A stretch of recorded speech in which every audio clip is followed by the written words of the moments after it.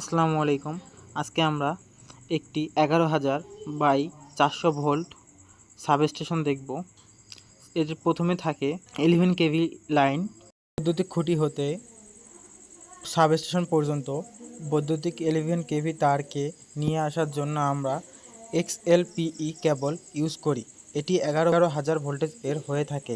এতে আমরা প্রাথমিক সুরক্ষা হিসেবে ড্রপ আউট ফিউজ বা DOF ব্যবহার করতে থাকি। এটি হচ্ছে DOF এর চিত্র। DOF এর ভিতর একটি ফিউজ থাকে।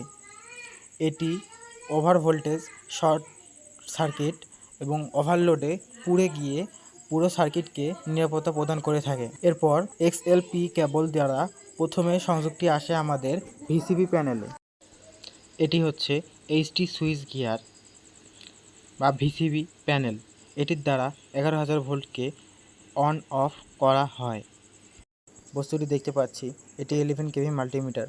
এটির দ্বারা 11 KV voltage, 11 KV current, frequency ইত্যাদি পরিমাপ করা যায় বা দেখা যায়।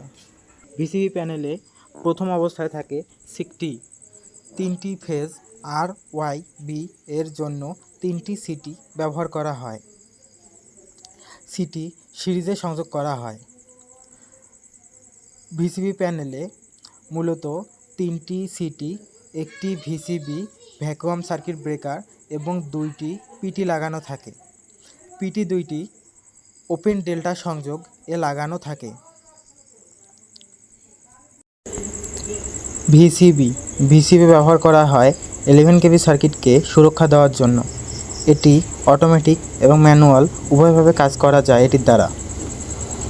যদি সার্কিটে ওভার ভোল্টেজ, ওভারলোড কিংবা শর্ট সার্কিট হয় তবে এটি স্বয়ংক্রিয়ভাবে সার্কিটকে বিচ্ছিন্ন করে দেয়। আবার জরুরি প্রয়োজনে এটিকে ম্যানুয়ালি বিচ্ছিন্ন করা যায় সার্কিট হতে। এটি দুটি বিষয়ের সমন্বয়ে গঠিত। অতিরিক্ত দুটি বিষয়, এর মধ্যে একটি হলো সিটি। HT সিটি 11 ভোল্টেজ লাইনের কারেন্টকে পরিমাপ করার জন্য HT সিটি ব্যবহার করা হয়। HT সিটি সিরিজে লাগানো থাকে সার্কিটের সাথে। এবং আরেকটি উপাদান হলো PT 11 KV PT. 11 KV PT সার্কিটের সাথে প্যারালালে সংযুক্ত থাকে এবং পিটি 2টি ওপেন ডেল্টা সংযোগে সংযুক্ত থাকে। এটি হচ্ছে 11,000 ভোল্টেজ বাই 400 ভোল্টেজ ট্রান্সফর্মার। এটির দ্বারা 11,000 ভোল্টেজকে 400 ভোল্ট বা 230 ভোল্টে রূপান্তর করা হয়। এখন আমরা যেটি দেখতে পাচ্ছি এটি হচ্ছে লাইটনিং অ্যারেস্টর। এর মধ্যে থাকা যে গ্যাপ থাকে একে হর্ন গ্যাপ বা রড গ্যাপ বলা হয়। সাধারণত বইয়ের ভাষায় একে রড গ্যাপ বলে উল্লেখিত করা হয়েছে। এখন আমরা যে বস্তুটি দেখতে পাচ্ছি নীল রঙের, এটির নাম হচ্ছে ব্রিদার। ব্রিদারের মাধ্যমে আমাদের ট্রান্সফর্মার শ্বাস প্রশ্বাস গ্রহণ করে থাকে। ট্রান্সফরমারের যখন তেল উত্তপ্ত হয়ে যায় তখন এটির মধ্যে বাষ্প বা গরম বাতাস ব্রিদারের মাধ্যমে বাইরে বেরিয়ে যায়। আবার যখন তেল ঠান্ডা হয়ে যায় তখন ব্রিদারের মাধ্যমে ঠান্ডা বাতাস ভিতরে প্রবেশ করে। ঠান্ডা বাতাস ভিতরে প্রবেশের সময় এর বাতাসের মধ্যে থাকা আর্দ্রতা তেলের ক্ষতি করতে পারে। এই কারণে বাতাসের মধ্যে থাকা আর্দ্রতা শোষণ করে নেওয়ার জন্য ব্রিদার ব্যবহার করা হয়। ব্রিদারের মধ্যে সিলিকা জেল থাকে। সিলিকা জেল বাতাসের মধ্যে থাকা আর্দ্রতা শোষণ করে নেয়। সিলিকা জেল যখন ভালো থাকে তখন এর রং নীল রঙের হয়ে থাকে। যখন এটি পানি শোষণ করতে করতে বা আর্দ্রতা শোষণ করতে করতে থাকে তখন সেটি গোলাপি রঙের রং ধারণ করে। এতে করে বোঝা যায় আমার সিলিকা জেলগুলোকে পরিবর্তন করতে হবে। আমরা সিলিকা জেল অনেকেই দেখেছি। সাধারণত ঔষধের প্যাকেট বা ওষুধের বয়ামে সিলিকা জেল ব্যবহৃত হয় সাদা সাদা রঙের। আমরা অনেকেই এটি দেখেছি, অনেকেই এটি নিয়ে খেলেছি। এরপর এখন যে অংশটি দেখতে পাচ্ছি এটি হচ্ছে রেডিয়েটর। রেডিয়েটরের মাধ্যমে তেলের সারফেস এরিয়া বৃদ্ধি পায় এবং সহজেই বাতাসের সংস্পর্শে এসে তেল দ্রুত ঠান্ডা হতে পারে। এখন আমরা যে অংশটি দেখতে পাচ্ছি এটির নাম টেম্পারেচার মিটার। এটির দ্বারা তাপ ট্রান্সফরমারের ভিতরে তেলের তাপমাত্রা পরিমাপ করা যায় বা পরিমাপ বোঝা যায় ভিতরে তাপমাত্রা কত আছে। এরপর যে অংশটি দেখতে পাচ্ছি এটি হচ্ছে সেফটি ভাল্ব বা প্রেসার রিলিজ ভাল্ব। তেলের তাপমাত্রা অতিরিক্ত হয়ে গেলে এর ভিতরের গরম বাতাস বের করে দেয়। ট্রান্সফরমার যখন ওভারলোডে চলে বা কোনো কারণে ভিতরে শর্ট সার্কিট হয়ে ট্রান্সফরমার অতিরিক্ত গরম হয়ে যায়, তখন তেল অনেক বেশি গরম হয়ে যায় ট্রান্সফরমারের তেল। তখন ট্রান্সফরমারকে ব্লাস্টের হাত থেকে রক্ষা করতে এই সেফটি ভালভ ব্যবহার করা হয়।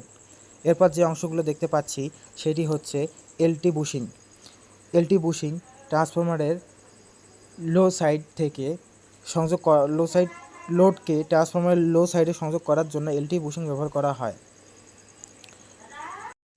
এরপর আমরা দেখতে পাচ্ছি ট্রান্সফরমারের কনজারভেটর ট্যাঙ্ক। কনজারভেটর ট্যাঙ্কে অর্ধেক পরিমাণ তেল ভর্তি থাকে। যখন ট্রান্সফরমারের তেল অতিরিক্ত গরম হয়ে যায় তখন কনজারভেটর ট্যাঙ্কে তেলগুলো জমা হয়। আবার যখন ট্রান্সফরমারের তেল ঠান্ডা হয়ে যায় তখন ট্রান্সফরমারের কনজারভেটর ট্যাঙ্ক হতে ট্রান্সফরমারের মূল ট্যাঙ্কে তেলগুলো চলে আসে। এটি হচ্ছে ট্রান্সফরমারের অয়েল গেজ। এটির দ্বারা ট্রান্সফরমারে কত পরিমাণে অয়েল আছে, কী পরিমাণে তেল আছে তা বোঝা যায়।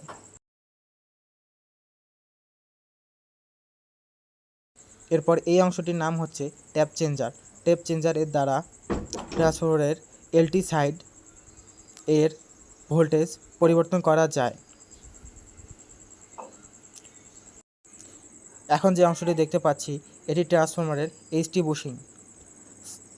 ভিসিবি হতে বা এইচটি সুইচ গিয়ার হতে ট্রান্সফরমারের এইচটি বুশিংয়ে কেবল দ্বারা সংযোগ করা হয়। এতে করে ট্রান্সফরমার এইচটি সংযোগ পায়। এটি হলো এলটি সুইচ গিয়ার বা লো ভোল্টেজ সুইচ গিয়ার। এটির সাহায্যে 400 ভোল্টকে নিয়ন্ত্রণ করা হয়।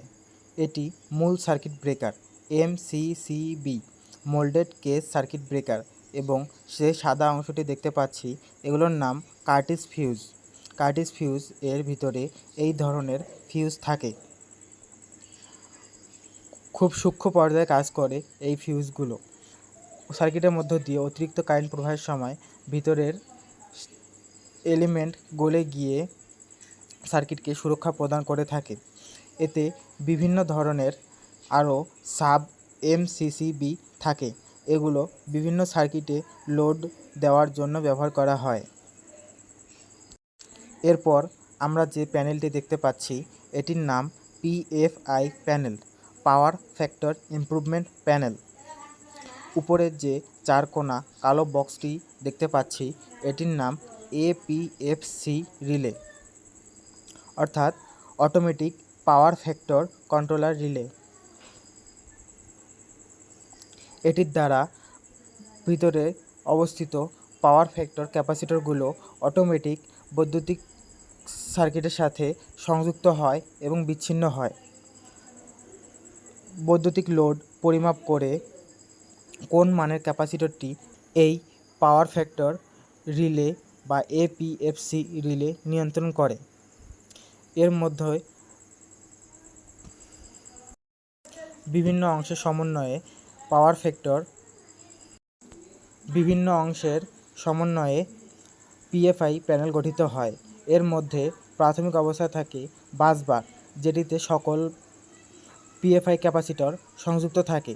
এরপর থাকে এই এলটি এইচআরসি ফিউজ। এলটি অর্থ লো টেনশন বা low voltage, HRC high rupturing capacity fuse. এটি খুব সূক্ষ্ম পরিমাণ কারেন্ট বেশি হলেই নিজে পুড়ে গিয়ে পুরো সার্কিটকে সুরক্ষা প্রদান করে থাকে। এরপর ব্যবহৃত হয় ম্যাগনেটিক কন্ডাক্টর। ম্যাগনেটিক কন্ডাক্টর এপিএফসি রিলের সাথে সংযুক্ত থেকে পাওয়ার ফ্যাক্টর ক্যাপাসিটরগুলোকে সার্কিটের সঙ্গে সংযুক্ত এবং বিচ্ছিন্ন করে থাকে।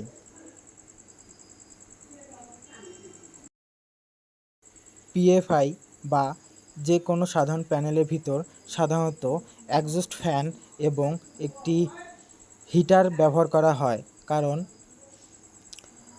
প্যানেলগুলো ব্যবহৃত হওয়ার সময় এরা নিজেরা ঘামে। এই ঘাম থেকে মুক্তি পাওয়ার জন্য হিটার ব্যবহার করা হয় এবং ভিতরের বাতাসকে বাইরে বের করে দেওয়ার জন্য, ভিতরের গরম বাতাসকে বাইরে বের করে দেওয়ার জন্য এক্সস্ট ফ্যান ব্যবহার করা হয়।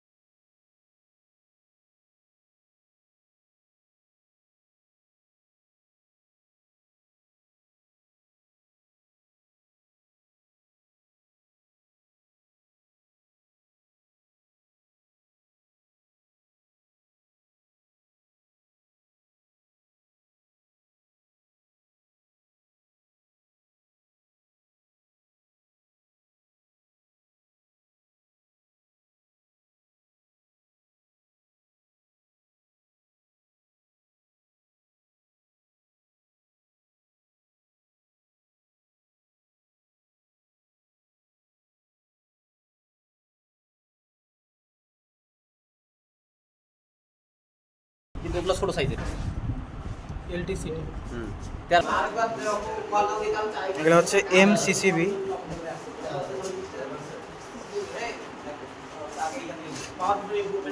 এগুলো হচ্ছে বাসবার। এগুলো হচ্ছে সিটি। এগুলো হচ্ছে কার্তিজ ফিউজ। Main MCCB.